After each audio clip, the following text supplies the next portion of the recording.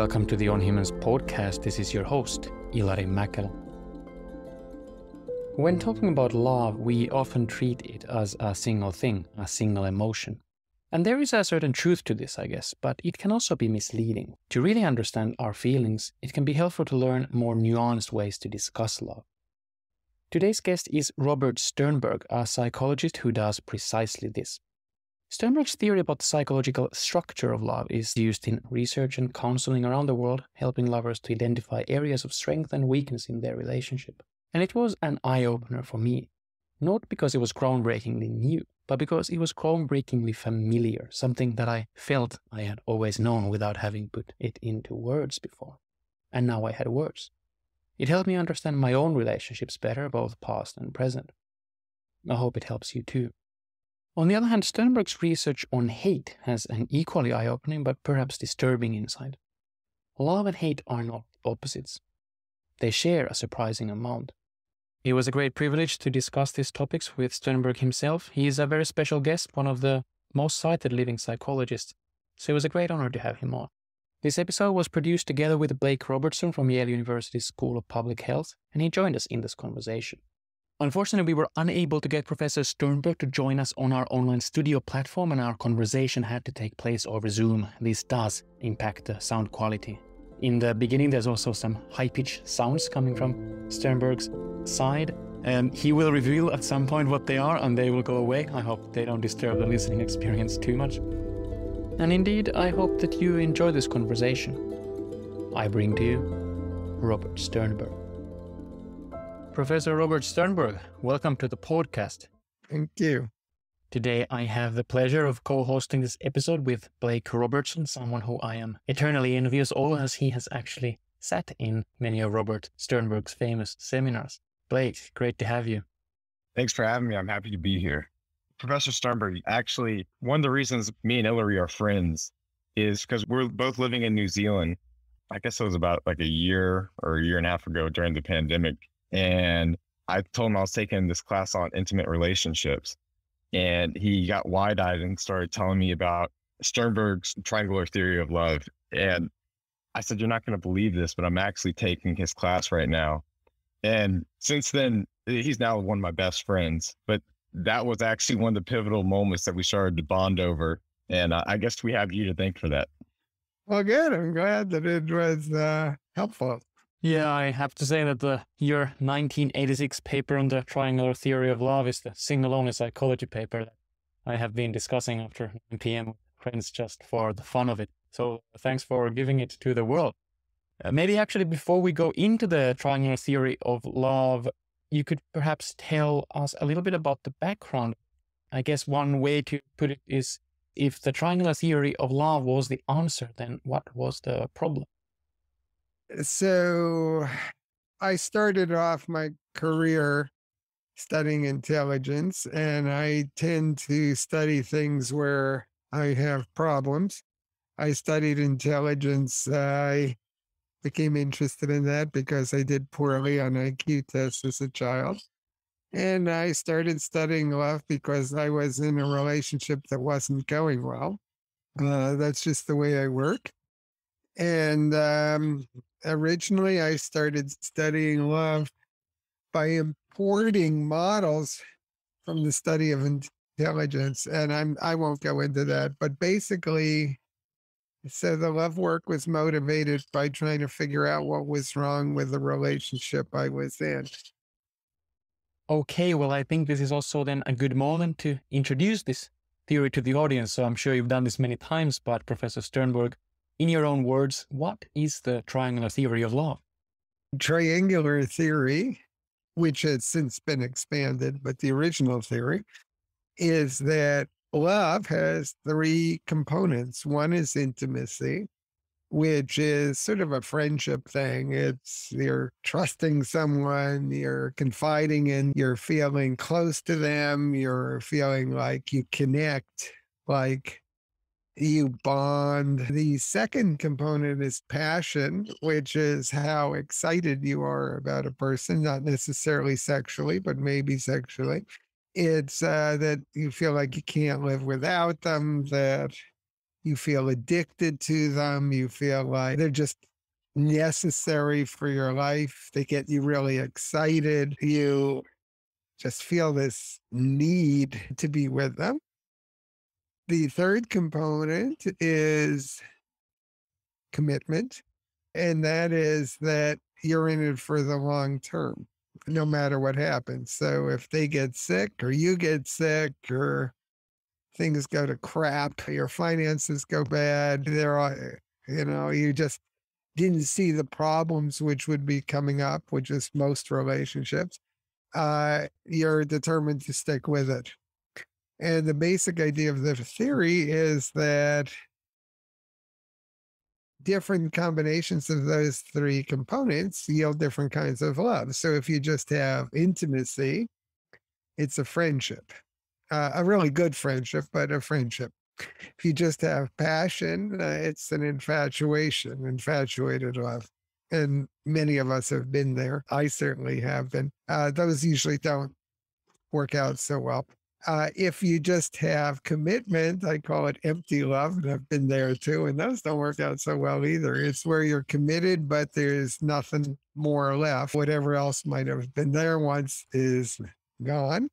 And if you have intimacy plus passion, it's romantic love, which is a combination of you really like them and you're excited about them. My wife, Karen, here is removing the canaries from my office because I'm kind of passionate about my canaries. But once one of them starts singing, the other starts singing, and then it becomes sort of a drown out. Thank you. Yes, I was wondering what the noise in the background was. Now we know. So canaries. I am a canary freak. But please go ahead. Please go ahead. Yeah. It's fine. They're quiet. So if you have intimacy and passion, that is romantic love. If you have intimacy plus commitment, that's companionate love. That's a friendship that lasts over a long time. Sometimes relationships that start off with passion, the passion starts to moderate itself and you're left with companionate love. If you have passion plus commitment without the intimacy, that is fatuous or foolish love. That's where you commit yourself on the basis of feeling really hot about somebody, but it's like a Hollywood deal. I mean, you don't even know them, maybe. And then if you have all three components, it's consummate or complete love, which is what many people, although not all, strive for. So that is, in a nutshell, the triangular, the original version. I was wondering, actually, what are then the latest developments of the triangular theory? As I already indicated, I'm a huge fan of the 1986 paper. Just read it again preparing for this interview, and it still rings very true to me. But what has changed or developed since then? Well, I've gotten older. And, I didn't used to go to the supermarket and look for like creams you could put on your face to hide the wrinkles. So I would say that's changed since 1986. My hair has gotten white. But in terms of the theory, which is probably what you're asking about, we recently, a large group of people published an article that shows that the theory was tested in 25 countries. And it was valid in all of them. So I would say the most recent empirical result is that although the theory was originally tested in the United States, which is where I'm from, which is increasingly becoming a less prestigious address, but we won't go into that. It's valid everywhere it's been tested. I'm not aware of any place it's been tested where it didn't show itself to be valid. So that was a good development because it's not just a theory that's valid in one place. So that's one thing that's newer. That was published, that paper was published fairly recently. Another thing that's more recent is after I proposed the triangular theory, I started asking where these stories come from. And I formulated a second theory called the theory of love as a story, which the triangular theory plus the theory of love as a story together, I now call a duplex theory. And the idea of the story theory is that where triangles come from is that from the time we're very young, we start forming stories about what we want love to be. So it could be that we have a fairy tale or sort of story of a prince and a princess or a knight and a princess, or, it could be two princesses in a lesbian relationship or two princes in a gay relationship. But the idea is that we're looking for something sort of fantastical and like a fairy tale where you find this wonderful person and you live happily ever after. Or you could have a travel story, which is two people traveling together through life and trying to stay on the same road and realizing that's actually hard to do. It is you get older in your relationship ages, you start going sometimes on different paths. And so then the challenge would be staying on the same path. Another story is a business story where the relationship becomes more like a business transaction. So the story is about the house and the money and the garden and the car and whatever. But then there are stories that are not as salubrious. Like, an art story is where what attracts you is the way the person looks. And it's hard to keep those going because as we get older, often our looks deteriorate. I mean, in my case, of course, that hasn't happened, but it's happened with so many other people. I mean, I had this movie star look when I was 21, and obviously I still have it. Of course, no one sees it except me, but that's, the way life goes. There's a horror story, which is a terrorizer and a victim, which tends to be problematical for all the reasons you would expect. There's a police story where one person is the police officer and the other is the criminal, and the police officer is always trying to catch the criminal doing bad things. So there's a wide variety of stories, but the basic idea is that where your triangle comes from is as you develop these stories, different stories sort of invite different kinds of components of like if you have a collector story, which is where you collect boyfriends or girlfriends because none of them quite has everything you want. It's hard, for example, to form commitments because you're always sort of expanding your collection. And sometimes when the collection has been around a while, you get rid of some of the things you no longer want. I guess it's also not perfect for the development of intimacy. No, not a collector story. It's very limited. But that's it. So that is the idea of the love stories. From the first moment that I saw the triangular theory of love drawn with all the corners and all the combinations, it just hit me as somehow deeply resonating with my own experience. And I really appreciate the research. It's also a great paper, the one you mentioned, with 25 different countries. And I'm going to include it in the show notes. But there's a couple of things that we wanted to ask you with Blake, things that we haven't ourselves been able to quite fit into the triangle. And we were quite interested to hear your take on it. So the first concept is the concept of attachment, coming especially from John Bowlby's attachment theory. I think nowadays is one of the most used concepts in the kind of broad study of psychology of love. And I kind of see how different ingredients in the triangle might fit into it. But when you read or hear about attachment theory and its uses in the psychology of love, how do you think about it in relation to the triangular theory? I really have never done a study or proposed a theory that combines them. So the funny thing is, I've talked about this in the field of intelligence, and here they're theories of different things. So what happens sometimes is that, two things are proposed as theories of love or theories of intelligence or theories of something else, but they're really theories of somewhat different things. The triangular theory is a theory of the structure of love. The story theory is the theory of the development of love. And I would say that the attachment theory is a theory of styles, what you might call styles or modes of loving, that it's not, oddly, it's not exactly a theory of love. It's more a theory of the style you use in your loving relationship. So two people could be securely attached in their love relationship.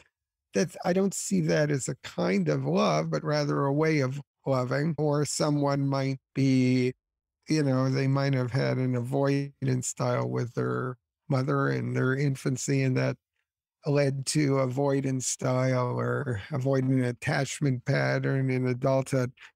But avoidance is not a kind of love. It's rather a style that someone might use, or a modality someone might use so it's about, in your relationship, you tend to be avoidant, or in your relationship, you tend to be secure.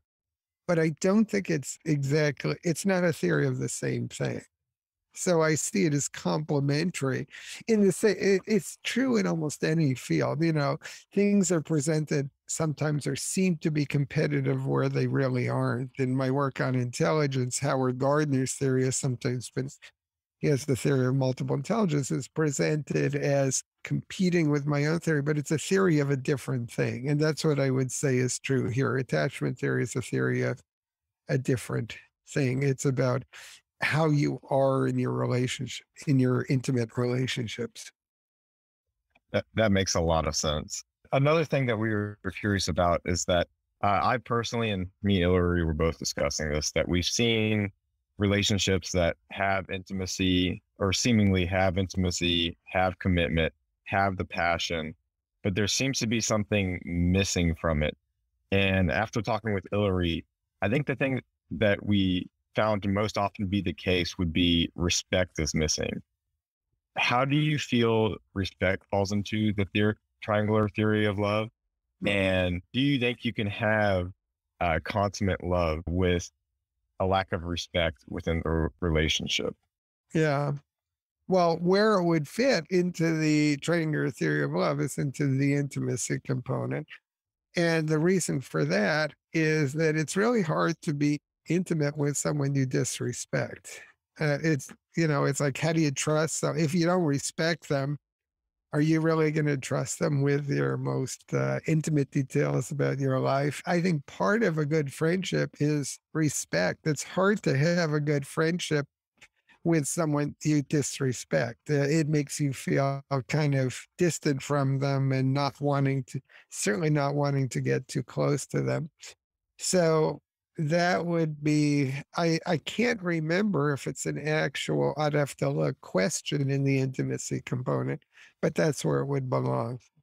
That's really helpful, I think, also just to remind that the term intimacy that has quite a broad meaning that it encompasses in the triangular theory of love. They're all broad in their own way, because passion is also broad. You can think of it in the narrow sense of, is this girl or is this guy hot? But it really encompasses so much more than just, are they hot? What is it you're excited about? Or you could be passionate about your child, or you could be passionate about your grandchild, or about your birds, or about your works. And commitment too means many different things to different people. So all of them are broad because people can mean somewhat different things by each of them, which is why I got into the story work. Because what I discovered is that when people say they love each other, they may mean very different things. They may both be honest, and say, I love you, and mean it. It's just that if you have a fairy tale story or a travel story, it means a very different thing from if you have stories of, like abuse, and it would say, like, well, how can you say that if you're in an abuse, a horror story, how can you say a horror story that people love each other? But they can't. If you grow up in an abusive household, then that may come to be what you mean by love, that it's hard for you to imagine loving someone unless you're abused by them or abuse them. That's part of the package, because that's the way you grew up and that's what you internalized. So, like to someone who has a fairy tale story, a business story seems like, are you kidding? I mean, that's love, that's the opposite of love. But to someone who has a business story, that's the deal. I mean, they're not limerent. They're not, the passion type, but to them, it's, having a nice house and having a lawn and having kids, 2.5 kids and, joining the country. To some people, that's it. And that's all they want. And they're very happy with that. So that's sort of where the story theory came in, that people can mean very different things when they say, I love you. And they could both sincerely mean it, but the relationship can fail because they're looking for such entirely different things. My wife is Karen is, we have together this website. She does most of the work, lovemultiverse.com. And that's what she emphasizes. She emphasizes compatibility, that you can feel like you have a lot of love, but if you're not compatible in what you're looking for, the relationship can fail pretty fast. We thought that what would be a nice way to get some meat on the bones here is we have a couple of observations about love made by various people. And some of these are from your work, some of these are surprises. And it would be just interesting to throw them your way and see how you think about them through your own research. The first one is the idea of love as an addiction, love as a drug. So this is something that when I teach psychology, I've taught psychology in several high schools, and the students, they always want to talk about the psychology of love. It's one of their favorite topics, but the discussion quickly gravitates towards this idea of love as love as cocaine, love as an addiction, a drug. What's your take?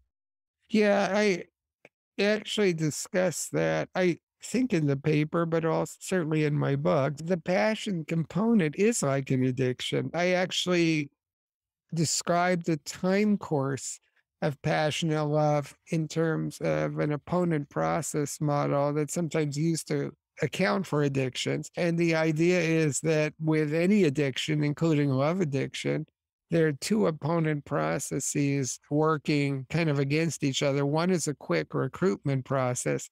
You see the person and you go, wow, like this girl who was sitting in front of me in biology class in 10th grade. I didn't know her, but it was like, oh my God, like she is it. So that's the quick recruitment process. And then there's the opponent process, which recruits more slowly, and it opposes the first process. So what often happens is that passion goes up at first, but then starts to moderate and often go down some until it reaches an asymptotic or stable state as the opponent process works against it. So it applies to all addictions. Like, this is a cup of coffee I'm drinking. And when you start drinking coffee, you have one cup of coffee and that really wakes you up, that's great. But then you need the second cup to stay awake, and then the third. And it's the same with passion and love, that this stimulus habituates because of the opponent process, whether it's coffee or nicotine or cocaine or whatever it is. So I think it is an addiction. And if you're dumped, which some of us have had the displeasure of being, it's like all of a sudden you're forced to stop smoking or drinking coffee or drinking alcohol or taking cocaine or whatever it is. You go into withdrawal.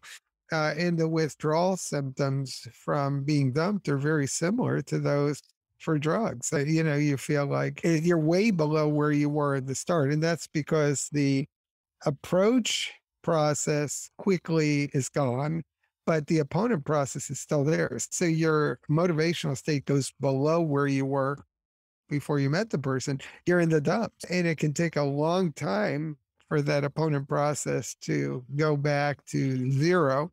And you can get depressed and anxious, and you can get physical symptoms, just as if you're in withdrawal from drugs. If you've ever been dumped, you know what it's like.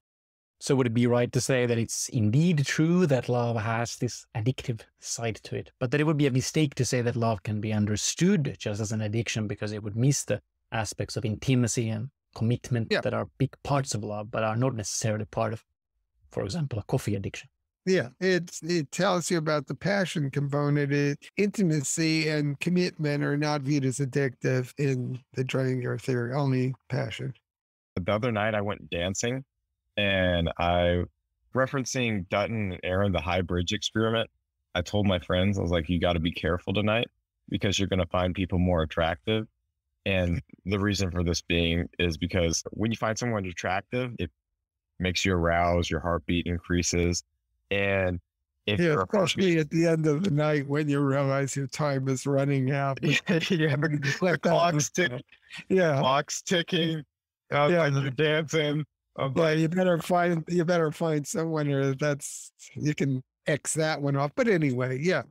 Yeah. So I was telling them, be careful. And I was like, if your heart rate is already up, then you're going to be finding people more attractive because your body has that association. And knowing that passion is the most difficult component of the three in the triangular theory of love to control.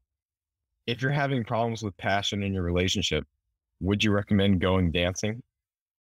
I never thought about that. I don't think it's the dancing per se. It's the setting. If you go dancing and you're trying to find somebody that might, you might be sort of aroused.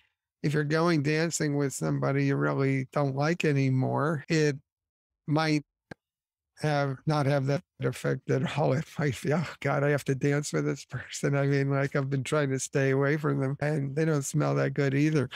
So I think dancing, could help. But if you're sort of separating from someone, it might backfire. And just for listeners there, so Blake and Professor Sternberg were referencing this research by Dutton and Aaron in 1974, which found that this was a study of heterosexual individuals, and it found that they found a female experimenter to be much more attractive in the condition where their heartbeats had been manipulated to be higher by having them walk over a really high bridge than in the control condition, if I remember this correctly.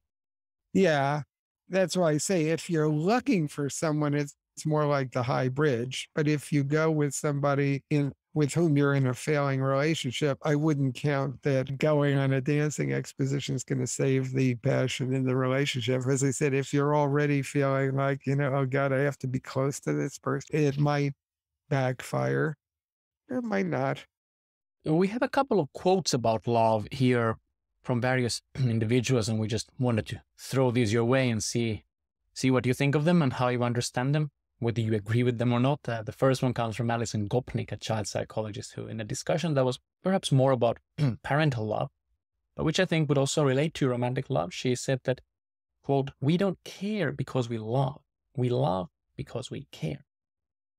Well, as you know, my conception of love is a little bit more variegated. So I think the intimacy component is about care. And the passion component often isn't. You can passionately love someone and not really care that much about them. You love them that night and it was a really good night, but there's songs about this. I mean, love is not always this long-lasting thing. Sometimes it's a night, sometimes it's a week, sometimes it's a month. You don't know them well enough necessarily to care a whole lot about them, but you may feel passionately in love with them. And commitment, the commitment in love, sometimes your care is for the relationship, and that is, you may care a lot more about the relationship than about the person in a way. Like if you have kids, or if you're in a society where your religion expects you to stay in the relationship, or if you feel like I made a commitment and I'm going to keep it, your care may be about, I agreed to be in this relationship. I'm going to stay in this relationship. We have 3 kids or 4 kids or whatever who need us. So you may have a high level of commitment, of empty love, and you may care some for the person, but not as much as you do for the stability of the relationship. Sometimes you may actually not like the person that much anymore, but you are committed to the sustenance of the relationship. So I guess my view would be a little more variegated. It depends on the kind of love you're talking about. Certainly for the intimacy component, care is a really big deal. But for the compassion component, sometimes it's not. But it was a good night. Okay, well, the next one is from Agatha Christie. Quote, "It is a curious thought, but it is only when you see people looking ridiculous that you realize just how much you love them." Yeah, I think that, Agatha Christie always had perceptive things to say. Sometimes a good test of love is it's not only ridiculous, it's when things go amiss. And that test whether you really love them. Okay, the next and the final quote will probably also serve as a little segue to the next topic, which is a very related topic, which I wanted to ask you about, which is the topic of hate. But so the quote is from the actress Joan Crawford. Quote, "Love is a fire. Whether it's going to warm your hearth or burn down your house, you can never tell." Yeah, that's a good quote. And it's true in that many of us have been, many people have been in relationships that at one point they're deeply in love. And then when they're in the divorce court, they wonder what they were thinking. It might burn down their house, or it might literally take their house away from them through a court judgment. So yeah, you never know where love will go. And that's actually part of the triangular theory, that it's unpredictable, that it always changes, because in the paper I give graphs of the three components, and they change in somewhat unpredictable ways. People would probably not get into marriages or long-term relationships if they thought they were going to fail, but almost half the time they do. So it's hard to predict where it will go. Yeah, it's true. Yeah, I think one of the ways in which this might lead us towards your work on hate is that one of the really interesting things that I learned, for example, from your book, Nature of Hate, that you co-authored with your wife, Karen Sternberg, is that I was really surprised first, and then it made all the sense to me, when I noticed that you also have a triangle of hate. And it was not a triangle of hate that was the opposite of the triangle of love, but it actually shared two of the components, the passion and the commitment components. So maybe it is the passion and the commitment that is the fire that can either warm or destroy. That's right. Love can turn to hate in a second. You think you're passionately in love with your boyfriend or girlfriend, and you come home early from work and they're with somebody else. So what was love a moment ago has now become burning hatred. The passion component can be, it's this surge of libido or whatever you want to call it, but it can go in different ways. Hate involves negation of intimacy. So with intimacy, it's kind of an opposite. And that is, people you hate, you often dehumanize. I mean, that's always the strategy of dictators, right? I mean, it's to dehumanize people who are unlike you. And so the way you create internal cohesion is to emphasize unlikeness to alleged enemies, and they're usually invented. Hitler did that, Putin does that, Mussolini did that, Trump does that. I mean, that happens. That's just such an old playbook. And the hell of it is, people have been doing that since ancient times, and it still friggin' works. It's just amazing. It's so damn obvious. When you hear it in 2022, you wonder how could this technique still work, but it works as well today as it did in ancient times. It's really amazing. In the 20th century, IQs went up 30 points around the world. 30 points, 2 standard deviations. And so you'd think people would be smarter, but in terms of what I call adaptive intelligence, they're not. They fall for the same stupid tricks that despots have always used. The IQ points are just useless. So just to recap, so your triangle of hate includes negation of intimacy, where it is the opposite of love. But like in love, hate involves passion, strong feelings, and commitment. You're not just ready to walk away. And you use this in your book, The Nature of Hate, analyzing a lot of propaganda around the world, for example, genocides around the world, and see how propaganda targets all these three corners of the triangle. But I wonder, when going through all these histories of genocides, did you find cures? Did you find examples of means to reduce hate that have worked historically? It's funny. I just gave a talk on this yesterday to Italy. So it's all Oh, really? mine because I spent an hour and a half talking to Italy about this. Well, we have time. Go ahead. Yeah. So what I said in the talk yesterday is I think there's not exactly a cure, because what I said in the talk is that hate's like a virus. And you can treat the symptoms and you can even treat the virus, but it's like a herpes virus. It stays in people. So it just takes the right circumstances to bring it out again. And that's the trick with certain politicians today. They know that people in certain parts of the country have this racism in them. And it may be that it's gone into remission, but they know how to bring it out again. So the cure is love. It's not a cure, but by that I mean recognizing that these, that's sort of the Jesus message, really, that, why exactly do you hate this person? Are they really so different from you? I mean, I don't know if you've read Dr. Seuss's book, The Butter Battle book, but it's a great book. And it's about, I think it's the Zooks and the Gooks. I may misremember the names, but it's about these two different groups that are having this hideous battle with each other. They're exactly the same. Their names are almost the same, and they're both doing the same things, and they're just convinced that each other is horrible, but they're no different from each other. So one is love, and Jesus said, love your enemy. Second is wisdom, which is seeking a common good. And what happens in hate is you begin to see your interests and some other group's interests as totally divergent, and it's either one or the other. And seeking a common good means you ask, how can we find a solution that works for all of us? The Putins of the world don't want that. The Trumps of the world don't want that, because their power and their narcissism depend on finding people to attack. But for many of us, we can say, why are we exactly in opposition? Can't we find a common good kind of solution that will be the best for all of us? A third is just to interact with people who you think you hate, and discover that when you interact with them and try to work with them, they're not very different from you. So those are the three things. Meaningful interactions is one, love is a second, and wisdom is a third.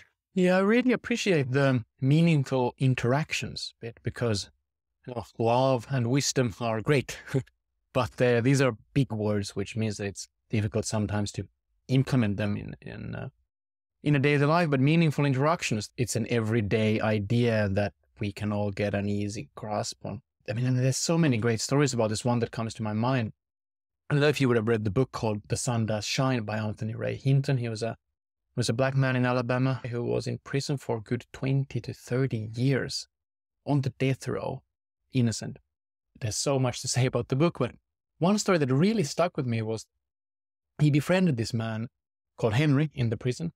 And there's this sudden moment when it dawns upon him that this Henry is Henry Hayes, the single only KKK member in the 20th century who was put to death row due to the lynchings of the Ku Klux Klan. And what happened was that this KKK guy, Henry Hayes, went to his death having spent a long time in a book club organized by Anthony Ray Hinton, reading Maya Angelou, reading other African-American authors. And it's just such a humane story. It really stuck with me. And there's plenty of these stories about how these small, meaningful interactions can really change people. I mean, in this case, changing what was a white supremacist terrorist into, Red James Baldwin on his last days, and truly seek forgiveness from his black friends in prison. Yeah. A wonderful book overall. I highly recommend it to all readers. But I guess our time really is approaching its end. So one last question. Based on your research, based on your worldview, what kind of animals are we?